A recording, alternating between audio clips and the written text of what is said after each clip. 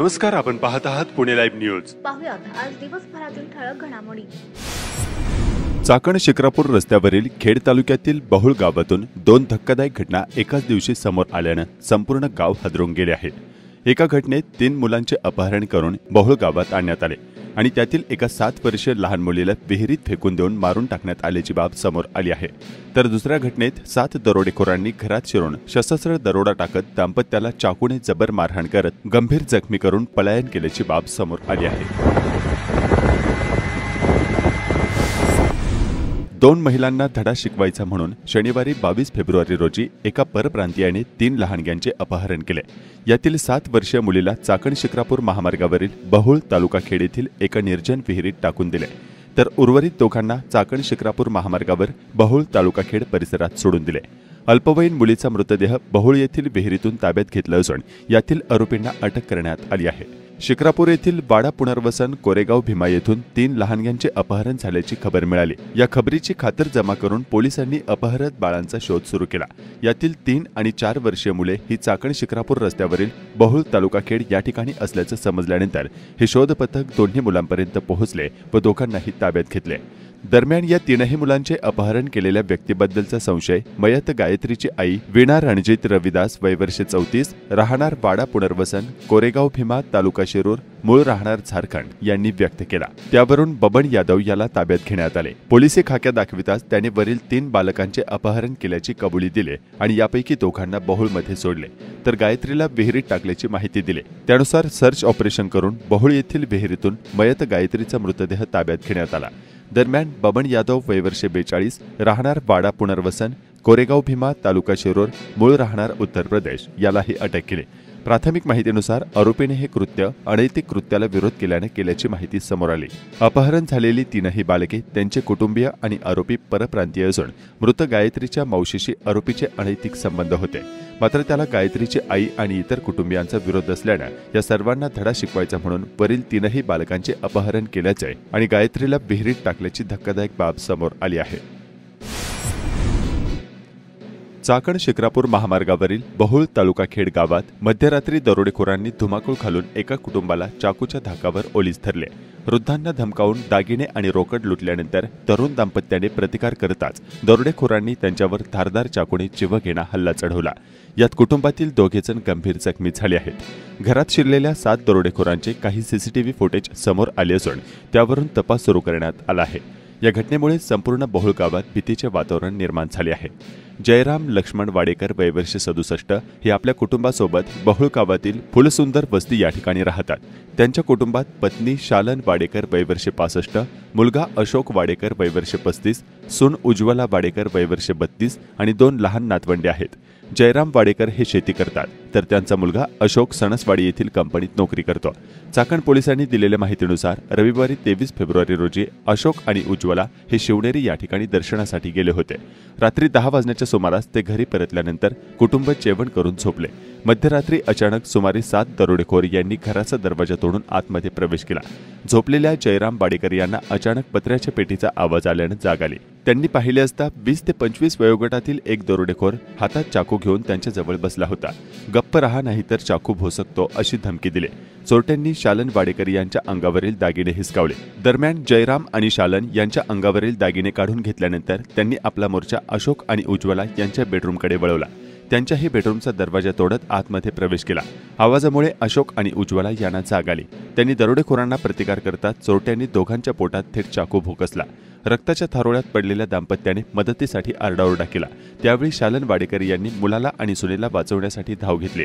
मात्र चोरट्यांपैकी एकाने त्यांना लाकडी दांडक्यांनी जबर मारहाण केली. यामध्ये चोरट्यांनी 1,32,000 रुपये किमतीचे सोन्याचे दागिने आणि 12,000 रुपये रोख रक्कम लंपास केली. हल्ल्यानंतर चोरटे पळून गेले. जाताना त्यांनी घराची बाहेरून कडी लावून घेतली. दरम्यान या वस्तीत दरोडा घालण्यासाठी आलेल्या टोळीने अन्य काही घरात देखील शिरण्याचा प्रयत्न केल्याची बाब समोर आली. मात्र ते शक्य न झाल्याने त्यांनी वाडेकर यांच्या घराकडे मोर्चा वळवला. त्यापूर्वी त्यांनी लगतच्या घरांना बाहेरून कड्या लावल्या होत्या. चिमुरड्यांच्या समोरच चाकू हल्ला करण्यात आला। हल्ल्यात जखमी झालेले अशोक आणि उज्ज्वला यांना 2 मुले आहेत। त्यांची 6 वर्षांची मुलगी मनस्वी आणि 4 वर्षांचा चैतन्य या मुलाला चोरट्यांनी जबरदस्तीने पकडून ठेवले होते। अशोक व उज्ज्वला यांनी चोरट्यांना विरोध केला म्हणून त्यांच्या छातीवर आणि पोटावर धारदार सुऱ्याने वार केले। त्यामुळे त्यांच्या झोपण्याच्या खोलीत अक्षरशः रक्ताचे थारोळे साचले होते। मुलांच्या समोरच हल्ला करण्यात आला। या हल्ल्यात दाम्पत्याच्या पोटातील आतड्यांना इजा झाली असून त्यांच्यावर रुग्णालयात शस्त्रक्रिया करण्यात येणार असल्याचं सांगण्यात आलं आहे। 7 जणांनी हा प्रकार केल्याची बाब सीसीटीव्ही फुटेजमधून समोर आली आहे। सर्व दरोडेखोर 20 ते 25 वयोगटातील असून ते मराठी भाषेत संभाषण करत असल्याचं स्पष्ट झालं आहे। प्रथमदर्शनी दरोडा वाटणाऱ्या या प्रकारामागे अन्य काही पार्श्वभूमी आहेत का याचा देखील तपास पोलिसांकडून सुरू आहे। खेड तालुक्यातील राजगुरुनगर परिसरात एकाच दिवशी तिघांचा वेगवेगळ्या ठिकाणी टोकाचे पाऊल उचलल्याने आकस्मिक मृत्यू झाला, तर एकाचा मृत्यू संशयास्पदरित्या झाल्याची बाब समोर आली आहे। यातील पहिल्या घटनेत राजगुरुनगर शहराच्या लगत चांडोली येथील लालबाबू रजीदार ठाकूर वय वर्षे 45 राहणार चांडोली यांचा राहत्या घरात मृतदेह मिळून आला आहे, तर दुसऱ्या घटनेत दोंदे तालुका खेड गावातील काळूराम गुलाब भालशिंगे वय वर्षे 45 यांचा त्यांच्या घराजवळील विहिरीमध्ये मृतदेह मिळून आला आहे। तिसऱ्या घटनेत बुट्टेवाडी तालुका खेड येथील रंजना गणपती जाधव वय वर्षे 45 मूळ राहणार चास नारोडे या शेतात मोलमजुरी करतात। त्यांचा मृतदेह पाडळी या ठिकाणी राहणाऱ्या योगेश बालखरे यांच्या शेतात आढळून आला।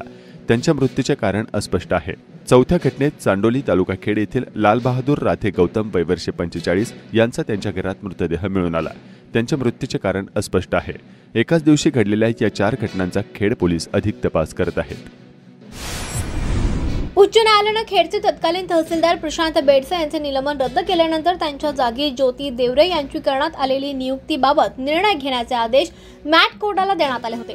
त्यावर मॅट कोर्टानं जलद सुनावणी घेत प्रशांत बेडसे यांना पुन्हा खेडच्या तहसीलदारपदी नियुक्त करण्याचे आदेश सोमवारी 24 फेब्रुवारी रोजी पारित केलेत। या प्रकरणी निर्णय पारित करताना कोर्टाने स्पष्टपणे नमूद केलंय की बेडसे यांना पुन्हा तहसीलदार खेडपदी नियुक्ती देणं हे न्यायसम्मत आहे।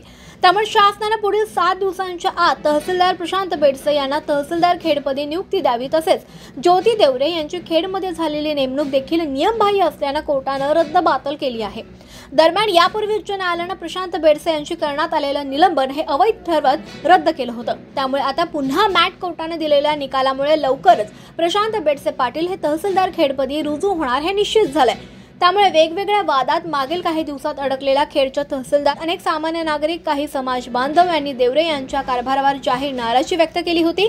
देवरे यांनी त्यांना खेडमध्ये मिळालेल्या कार्यकाळात अनेक वादातीत निर्णय घेतल्याची, अनेकांवर गुन्हे दाखल केल्याचे आणि मंडलाधिकारी तसंच तलाठी यांना वेटीस धरल्याची जोरदार चर्चा खेड तालुक्यात होती। बुधवारी दिनांक 26 फेब्रुवारी रोजी महाशिवरात्री उत्सवाला खेड तालुक्यातील भीमाशंकर येथे मंगळवारपासून सुरुवात होते।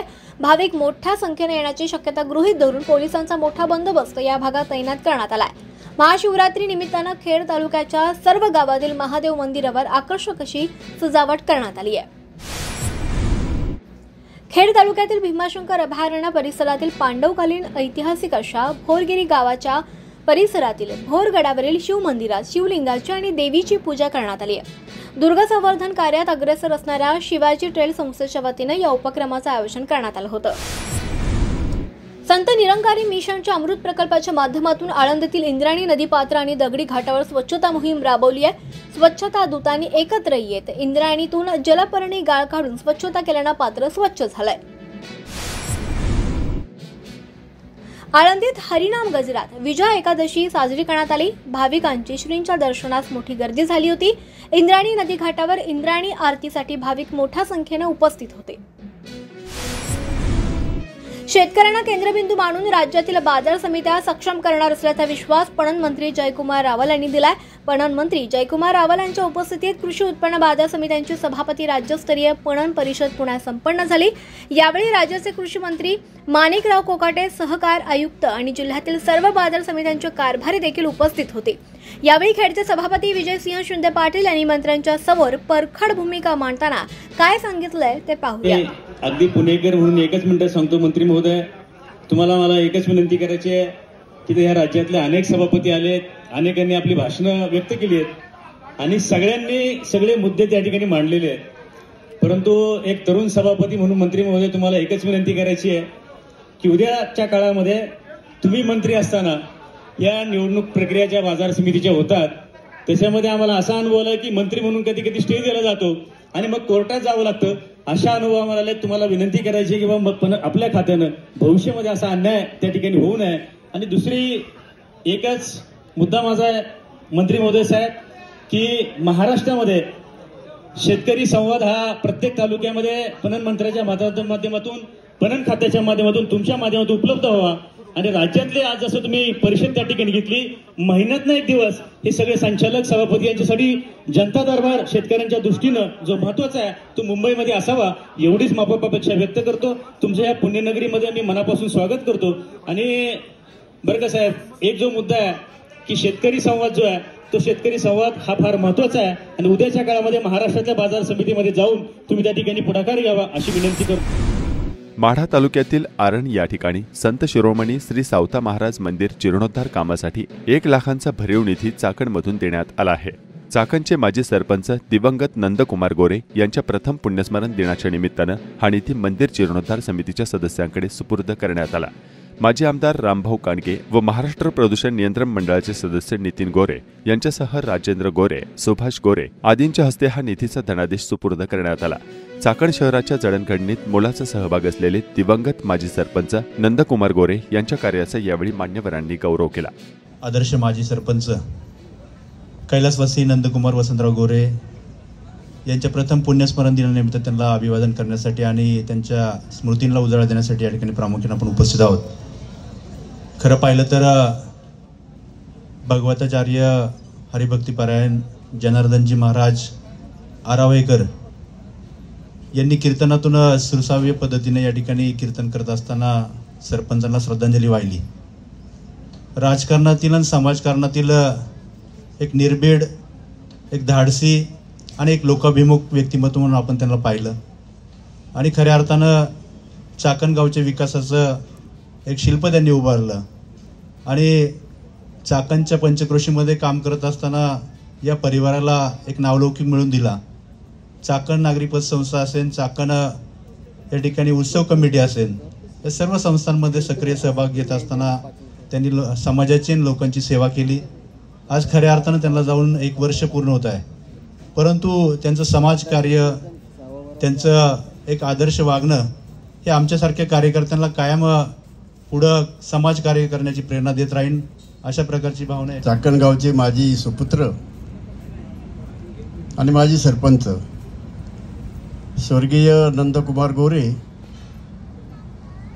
यांच्या प्रथम स्मृतिदिनानिमित्त त्यांना भावपूर्ण आदरांजली वाहण्यासाठी या ठिकाणी आम्ही जमलेलो आहोत. सर्वप्रथम या ठिकाणी आपल्या सर्वांच्या वतीनं त्यांना भावपूर्ण आदरांजली वाहतो. या ठिकाणी हरिभक्तपरायण साखरचंद महाराज यांनी आपलं मनोगत व्यक्त केलं. नितीन गोरे यांनी आपलं मनोगत व्यक्त केलेलं आहे. समोर श्रोत्यामध्ये चक्रेश्वर मंदिर या ठिकाणी जो आता नामस्मरण सुरू झालेलं आहे 97वं कितवं आहे या महाराष्ट्रातले सर्वात जुनं आहे. चाकणगावाला भूषण वाटलं पाहिजे. 97वा हरिनाम सप्ताह आहे आणि या हरिनाम सप्ताहाचं सगळं सूत्रसंचालन आमचे प्राचार्य देशमुख करतात आणि सर्वच बंधू आणि भगिनींनो. तसं पाहायला गेलं तर व्यक्तिगत माझ्या जीवनातला हा एक दुःखद प्रसंग आहे. तू नको मातू नको, घेतलेला वसा तू टाकू नको, हेच आपल्याला संतांनी सांगितलेलं आहे आणि तो आदर्श आमच्या या घराण्याने पाळला. म्हणून यांना आजचे दिवस आलेली या घराण्याचा संस्काराचा जो पाय आहे तो त्यांची आई आहे, त्यांची माता आहे. आणि ज्या घरामध्ये मुलाबाळाला चांगले संस्कार आई देते त्या घराण्यामध्ये जगामध्ये सगळ्यात जर इतिहास पाहिला महापुरुषांचा, छत्रपती शिवाजी महाराजांना चांगला सन्मार्ग दाखवला त्यांच्या आईने जिजाबाईंनी. आणि म्हणून या ठिकाणी मला सांगायचं एवढं. नमस्कार, आपण पाहत आहात पुणे लाईव्ह न्यूज.